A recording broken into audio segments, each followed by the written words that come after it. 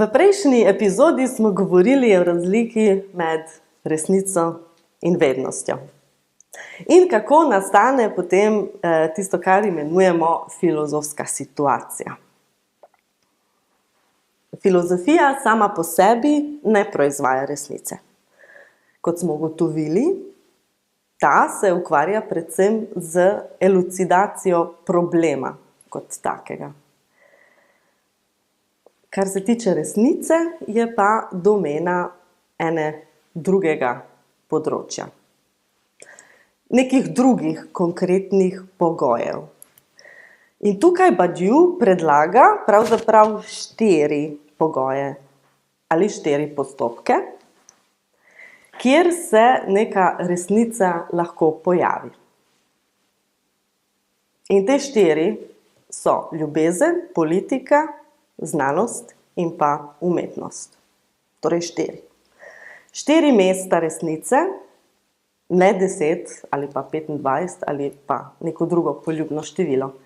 In glede na to, da so samo 4 področja, kjer resnica lahko pride na dan, je lahko prisotna, ni pa to seveda nujno, potem to pomeni, da resnica ne more biti karkoli oziroma tisto, kar vsak posameznik misli, da je zanj resnica. Res je, da v Sloveniji imamo tudi stranko, ki se ji reče Resnica. In da vas že na začetku pomirim, to ni resnica z velikim R. Torej, zakaj resnica ni samo označevalec, torej neka beseda, ki jo uporabljamo, da označimo to ali pa ono stvar? Torej, beseda resnica ni enako resnica kot takšna. In tukaj mogoče bi potrebovali še eno digresijo, sicer v teorijo strukturalne lingvistike Saussurja, za kar pa tukaj ne bo časa. In mogoče zaradi tega nam zadostuje, da na tej točki preprosto vzpostavimo eno formulo, in sicer beseda resnica, torej označevalec, ni enako objektu oziroma označenemu v tem primeru konceptu resnice. Torej, če imamo označevalec in označeno, ni nujno, da sta te dve absolutno enaki. Gremo nazaj na postopke. Enega izmed teh postopkov smo prejšnjič že omenili, in sicer ljubezen. To je postopek resnice po Badiouju, ki nastane na mestu dvojine. Torej je resnica, ki obstaja samo za tistega, ki se zaljubi, oziroma ta par. In ko se nekdo zaljubi, potem je to tisti event ali pa tisti dogodek z velikim D. Torej, dogodek je tudi eden izmed elementov, ki je nujen za prisotnost postopka resnice. Torej, skozi ta proces bomo zdaj našteli te različne postopke resnice. Istočasno bomo pa omenjali pomembne oziroma nujne elemente, ki so potrebni za artikulacijo te resnice. In ti elementi so tako rekoč nujni za vsak postopek. Zaenkrat lahko rečemo, da brez dogodka ni resnice, brez tega elementa, ki odpre možnosti za artikulacijo neke resnice. In dogodek je sprememba, totalno je kontingentna v smislu, da je lahko karkoli ta dogodek, ki se zgodi, vsekakor se pa ne more predvideti. Je tisto nekaj, kar zareže v normalen postopek stvari. In po dogodku nič več ni tako, kot je bilo. Recimo, spet, ljubezen. Ko se zaljubiš, se vse spremeni, tvoj svet se spremeni. In dogodek je tudi tisto, kar postavi področje vednosti na glavo. Torej, vednost ima neko svojo utečeno pot, nekaj se zgodi in tudi ta vednost se potem takem postavi na glavo, tako rekoč. Ker vednost nikoli ni mogla integrirati resnice, ker je resnica tudi vedno tisto, kar vednosti uide, nikakor je ne more zagrabiti, a ne? Ker vednost seveda sama po sebi ne proizvaja resnice, potem je tudi ne more misliti. Je zmeraj nekako onkraj dosega ta resnica. Maj 68 je eden od takšnih eventov. Padec nadstreška na železniški postaji v Novem Sadu je en tak dogodek. To, kar je tako kontingentno, nepredvideno, tisto, kar potem prižge val protestov po celi Srbiji in onkraj, tega se seveda ni dalo predvideti. In v marksističnem nauku dialektike in historičnega materializma bi lahko rekli, da ti protesti, ki so se potem začeli razvijati, ki izhajajo iz neizmernega besa nad seveda korupcijo, ki vlada Srbiji že desetletja in marsikatere druge situacije. Lahko bi rekli, da tem protestom je manjkal pravzaprav samo ta nadstrešek. Ta nadstrešek, ki je ubil 14 ljudi, ali pa tudi kakšna druga nesreča, katere so na žalost po Balkanu in pa tudi po svetu tako rekoč postale stalnica. No, marksisti smo naučeni, da spremljamo tisto, kar se dogaja, ampak pod površino. Tisto, kar še ni artikulirano, ampak vsekakor se nabira in počasi pripravlja na izbruh. So indikatorji, ki lahko na nek način že naznanjajo ta izbruh. Kdaj se bo zgodil, kaj bo ta dogodek, seveda ne moremo vedeti, ampak je pa vsekakor resnica, tako rekoč pod površino, ki bo vsak čas izbruhnila. No, temu momentu rečemo predrevolucionarna situacija, torej tisto, kar se nabira in počasi se pripravlja na izbruh. Torej, tisto, kar bo prej ali slej izbruhnilo, je seveda dogodek, ki naznanja politično resnico. Torej, drug postopek resnice je politika. Tisti event, ki se zgodi, ki naznanja nastanek tega postopka, ki potem artikulira neko resnico. In nekaj je potrebno reči na tej točki. Torej, kaj sploh je resnica, kaj so ti neki, bomo rekli, aksiomi, da potem lahko rečemo, ok, to je resnica. Prvo kot prvo je nekaj, kar velja za vse. Je na nek način univerzalna resnica. Velja v vseh časih, v vseh možnih situacijah in zato Badiou v bistvu uporablja termin resnica in univerzalno skoraj pa izmenično, kot da je to sinonim. In zato resnica je zmeraj nujno univerzalna. Univerzalno je zmeraj resnica. In če ne velja za vse, potem to ni resnica. Je čisto logično, matematično razmerje. In to pomeni, da resnica je univerzalno singularna. So večne, so transzgodovinske, na primer ideja enakosti je večna, kar je resnica seveda politične procedure. In proletariat je tisto singularno, ki artikulira neko emancipatorno politiko. In politika je procedura resnice samo vkolikor je emancipatorna, seveda. Za Badiouja politika ni nek diskurs gospodarja, ki pač reče, kaj moraš delati, ampak je nujno emancipatorna. Torej, politika reče svojo resnico samo pod pogoji, da je emancipatorna za vse zmeraj. Torej, politika, ki nima te zvestobe do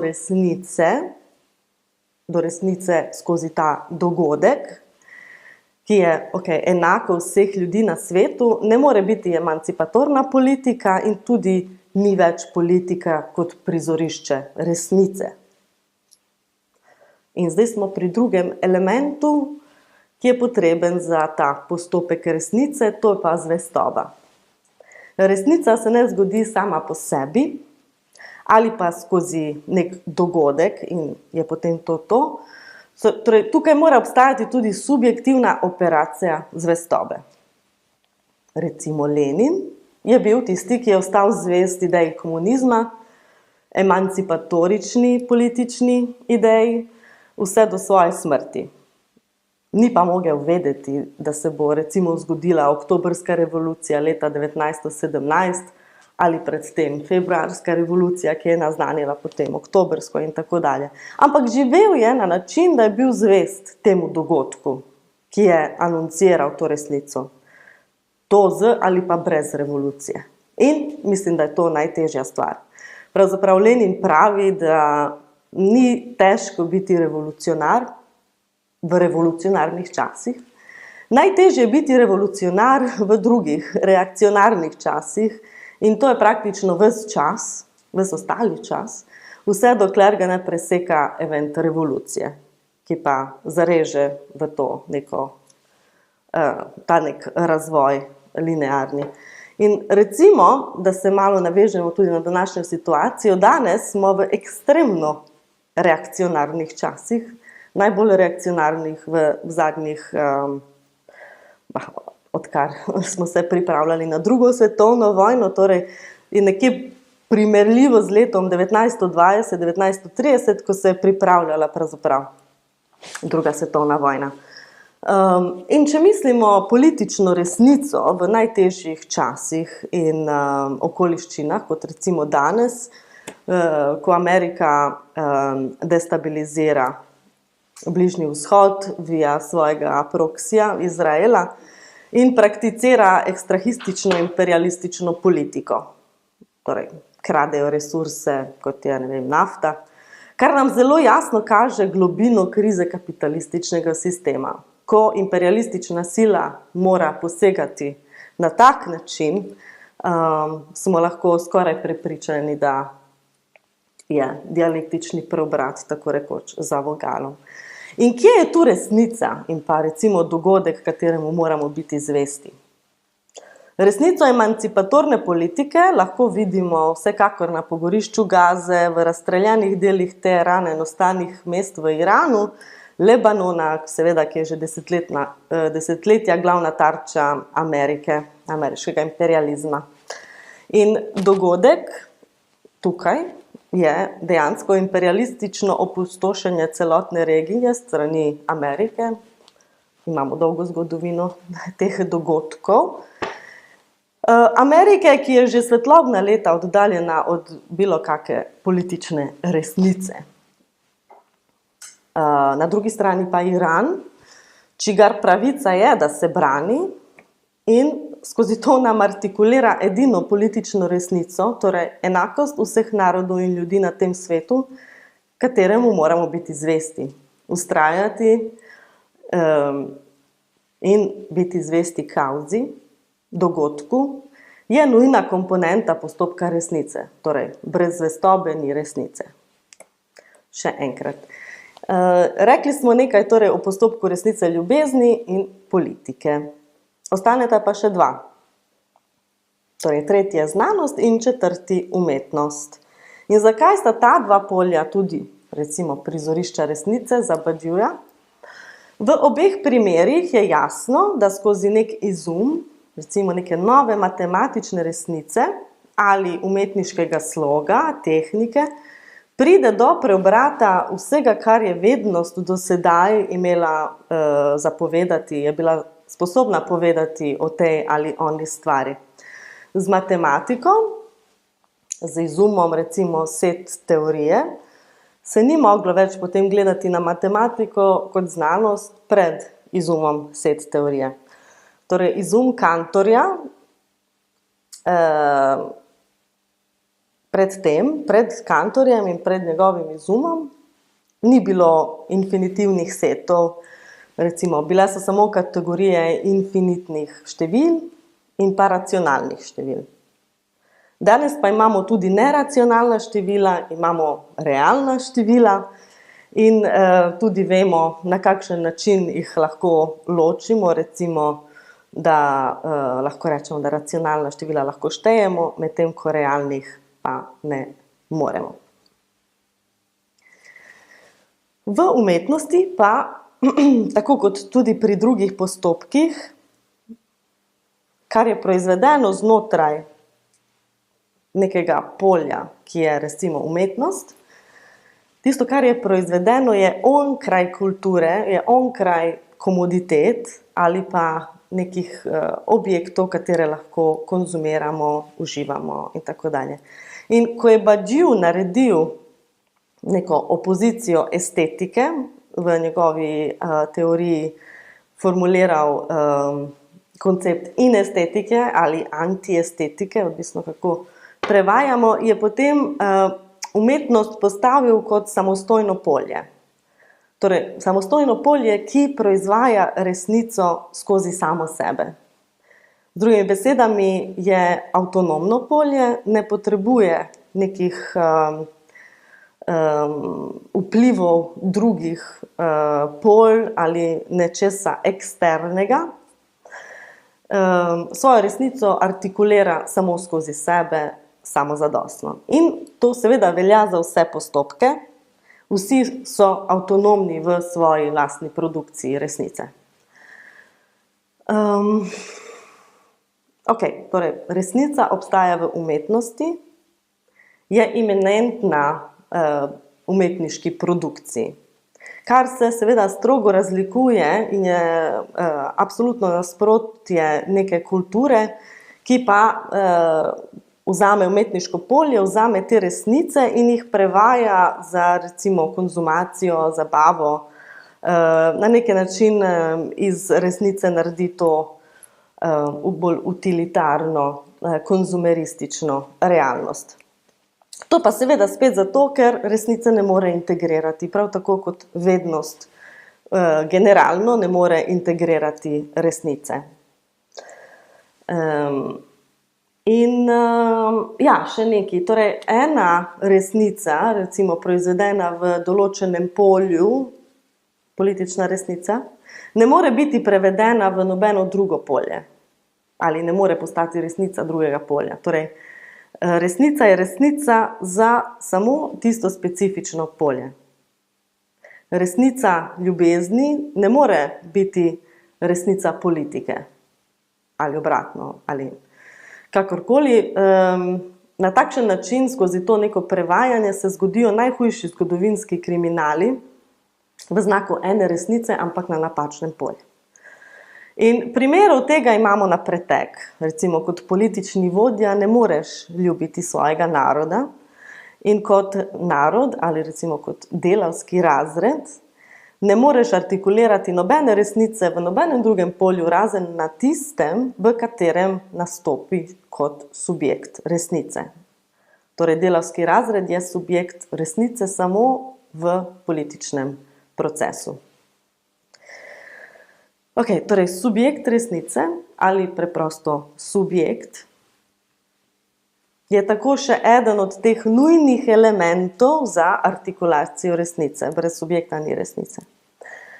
In subjekt je nekaj, kar nas bo tudi zanimalo v nadaljevanju, in sicer, ko se bomo dotaknili bolj subjekta psihoanalize.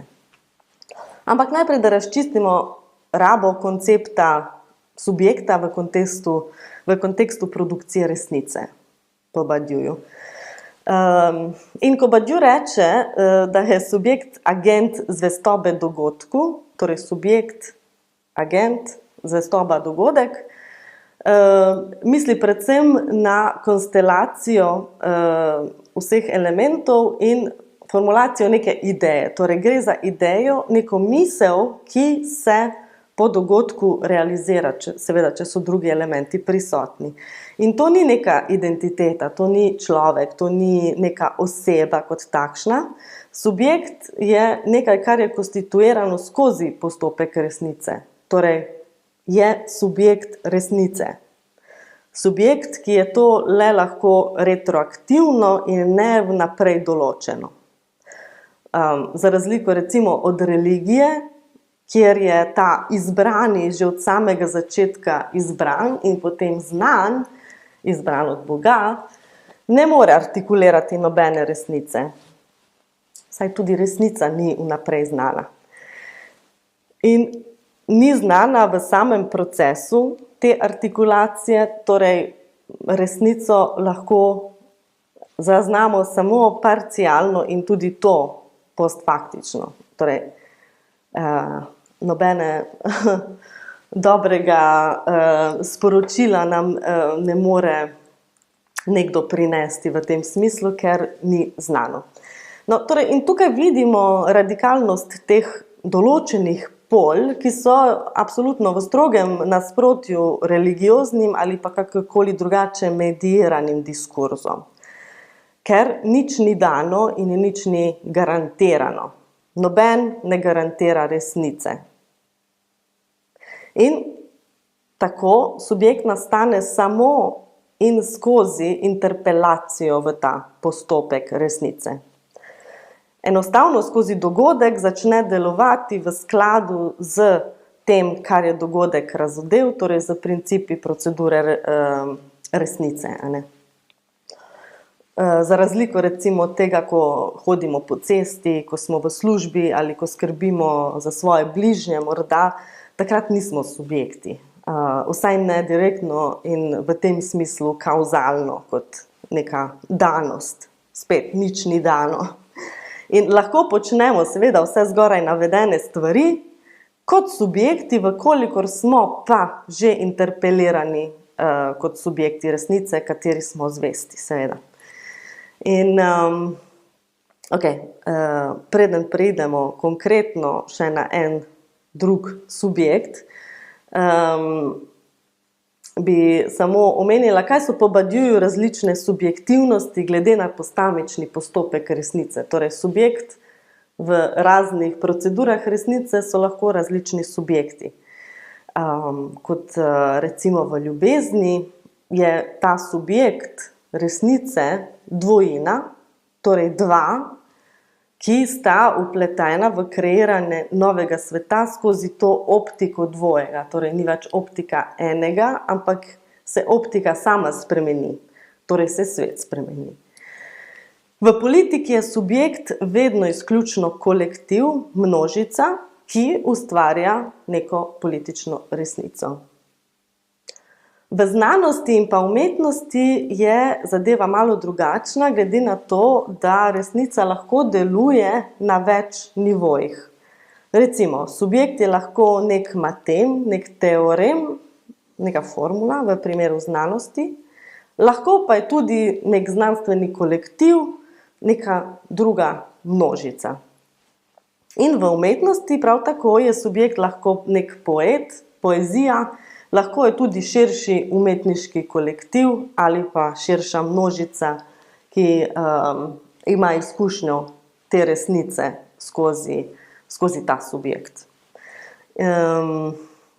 Torej, lahko rečemo, da pri zadnjih dveh primerih znanstvene in pa umetnostne procedure, lahko rečemo, da je subjektivnost kombinirana. Torej, sestavljena iz več subjektov ali pa kombinatorno. Medtem ko v ljubezni ni tega. V ljubezni je samo dva ali pa nič in v politiki je samo množica kot taka. In zdaj, ko smo razčlenili malo te različne subjektivnosti glede na različne procedure, lahko gremo na subjekt psihoanalize, ki pa seveda zadevo malo komplicira.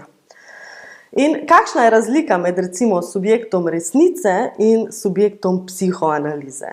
Zdaj, to sta dva koncepta, ki na nek način imata podobne vloge v seveda kontekstih in disciplinah, ki so pa zelo različne. In kompleksno vprašanje, katero to je, bo zahtevalo nekaj dodatnih korakov. In mislim, da kot začetek bi bilo seveda zanimivo vzeti dva koncepta, ki sta v psihoanalizi tudi v strogem konfliktu, nasprotujoča si elementa, in sicer resnica in vednost. In v lakanovski psihoanalizi, recimo v procesu same psihoanalize, sodelujeta dva elementa, dva sta minimalna. Torej, eden je psihoanalitik in drugi je analizant. Tisti, ki pride na analizo, ta ni pacient, še manj nek klient ali karkoli drugega. In seveda istočasno pa na analizo lahko pride kdorkoli, ki ima nekakšen problem ali pa se ukvarja z nekim simptomom. In ker v analizi nimamo koncepta zdravljenja, potem tudi nimamo nekoga, ki bi imel nekakšno patologijo za odstraniti. Ali pa nekoga, ki se čuti na drugi strani poklicanega, da te simptome zdravi. Torej, psihoanalitik ni zdravnik. V primeru medicine ali pa poklicanega zdravnika je misija mogoče bolj jasna. Ampak v psihoanalizi tistemu, kar rečemo recimo simptom, je preprosto način, kako nekdo shaja z realnostjo razdvojenosti, torej dejstvom, ki je lastna vsakemu človeku. To pa pomeni, da kot eno imamo nezavedno, drugo pa, da smo govoreča bitja. In te dve realnosti, nezavedno govoreče bitje,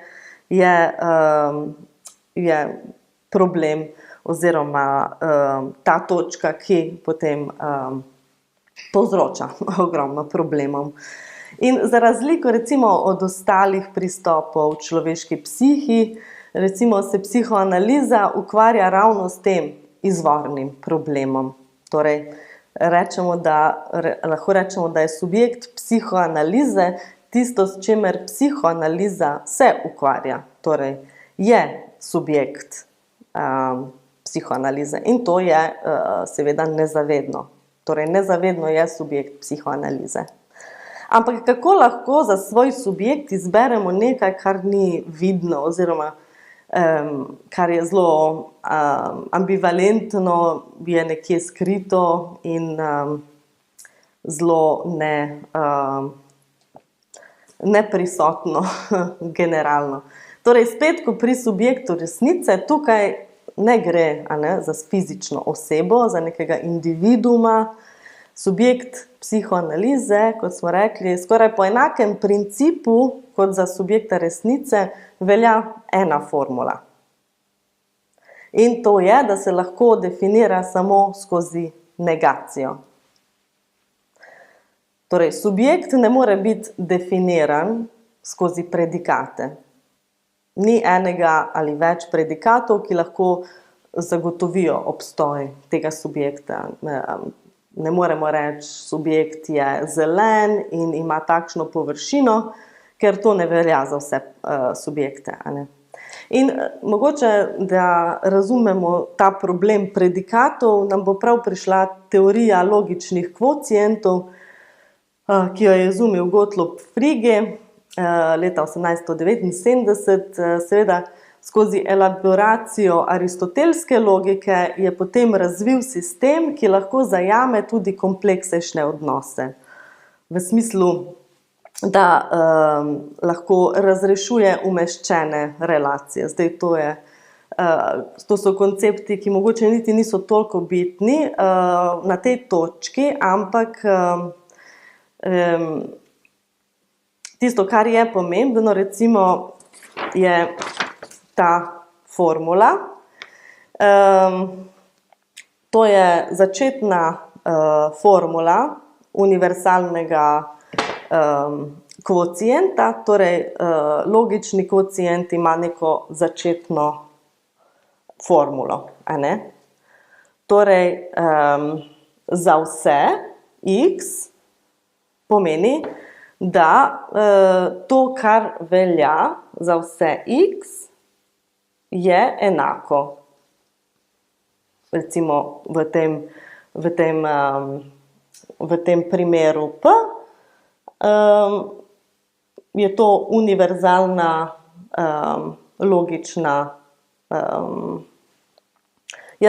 formula, ki pravi za vse x, torej v primeru P, x je to res. In logični kocienti so preprosto matematični simboli, skozi katere lahko dokažemo univerzalnost predikatov, recimo.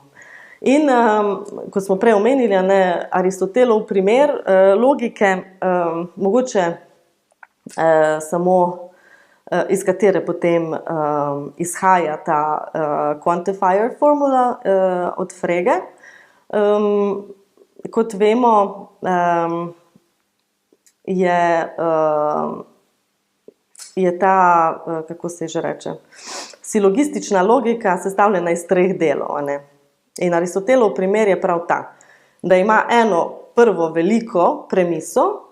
Premisa v tem primeru je bila recimo vsi ljudje so smrtni. To je pač univerzalno res. In iz tega sledi druga, manjša premisa, Sokrat je človek. In prva in druga premisa potem nam pomagajo priti do zaključka, torej zaključek Sokrat je smrten. In poanta te silogistične formule je seveda, da iščemo to drugo, manjšo premiso, ki poveže 2 predikata. Smrtnost, človek, Sokrat. In skozi to logično nalogo potem lahko dokažemo neke univerzalnosti. Torej, v ospredju ni toliko sam objekt logike, človek, smrtnik, a univerzalna afirmativna propozicija klasificira vse, torej vse, ki sodijo v eno skupino, recimo človek, se prestavijo v drugo, smrtna bitja. Torej, človek in smrtna bitja niso nujno povezani, dokler ne naredimo te vmesne operacije. In kaj ima sedaj ta logika predikatov opraviti seveda z našim subjektom, se sprašujemo. No, dokaže nam ravno to, kar se v primeru subjekta, vsaj v tem primeru, ne more dokazati skozi predikate ali klasično silogistično logiko. Ne moremo nikakor reči, recimo, isto za subjekt, kakor lahko rečemo za človeka. Ker subjekt ni človek, vsaj ne v tem univerzalnem smislu. Ker subjekt je nekaj več kot človek ali kot oseba, kot neka identiteta v smislu ega ali pa nekim idejam, katerim stremi naš ego. Torej, subjekt je nek eksces, nekaj, kar je onkraj, kar konstantno opozarja prav na to zagato z predikatom. Prav nas na vsakem koraku spominja, da predikat ne obstoji, ni dovolj. In zato prav zaradi tega se subjekta tudi ne da ujeti, definirati, kvalificirati ali kvantificirati. Ne da se ga čisto ubesediti. Tukaj besede odpovejo, kar pomeni seveda, da simbolni red zmeraj spodleti. Prav tako kot pri resnici. Resnica je nekaj, kar ne moremo v celoti izreči. Vsaj ne popolnoma. Ne moremo reči, resnica je in ustaviti nekaj, kar je univerzalno res za resnico. Torej, resnica je neizrecljiva. In zdaj za konec mogoče bi se osredotočila na subjekt psihoanalize in psihoanalitični akt, kot Lacan recimo v svojem tekstu o pregledu psihoanalitičnega akta iz leta 1968, zanimiva tudi ta letnica, če razmišljamo o eventu, ki je bil takrat prisoten in v središču katerega se je tudi nahajal Lacan, takrat, ko je pisal te spise. In ko Lacan govori o psihoanalitičnem aktu, istočasno govori prav o tej zagati subjekta. In formulira jo tako, da psihoanalitični akt, ki ga proizvede psihoanalitik, ne more delovati kot predikat. Isto, seveda, lahko rečemo za analizanta in za subjekt. Analizant ali subjekt kot takšen ne more delovati kot predikat. Zakaj? Ker ni vsako partikularno tudi univerzalno singularno. Tukaj mogoče veliko besed, da povemo preprosto, da vsak kozarec ni kozarec samo zaradi tega, ker se imenuje kozarec. In kaj lahko rečemo v bistvu o vsakem aktu ali vsakem subjektu, torej vsak vse ali univerzalno? Lacan pravi nič, ker ta vsak ne obstaja. Vsaj ne v tej logični obliki. Ne moremo reči, recimo, vsak psihoanalitik proizvede psihoanalitični akt. Kako bomo to dokazali? In to pa zato, ker ne obstaja spet nobenega garanta, ki pravi, kaj je psihoanalitik ter kaj počne. Ali počne to, ali počne kaj drugega. Je spet nekaj, kar se ne more garantirati. In v tem momentu tukaj začenjamo udarjati ob ta fundamentalni rez, to razliko recimo med psihoanalizo in recimo nekimi znanstvenimi procedurami, recimo medicina, spet da vzamemo za primer. V primeru medicine lahko rečemo vsaj v nekem eksistencialnem smislu, torej to je druga formula, ne formula za univerzalno, ampak eksistencialno lahko kvantificiramo, obstaja X. Nekateri zdravniki opravljajo operacije, to je ta, obstaja X za nekoga, ni univerzalno.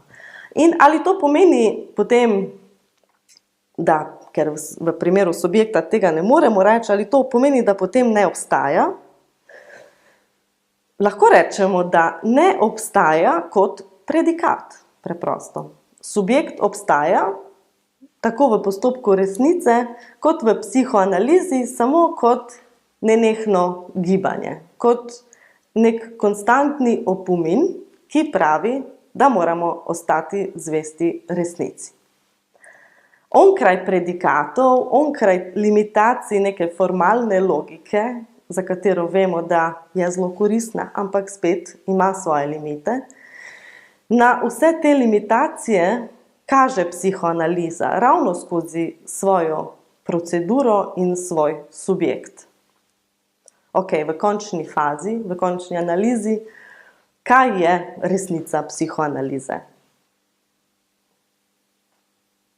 Mogoče pustimo to vprašanje odprto in v svojem inherentnem konfliktu. Hvala.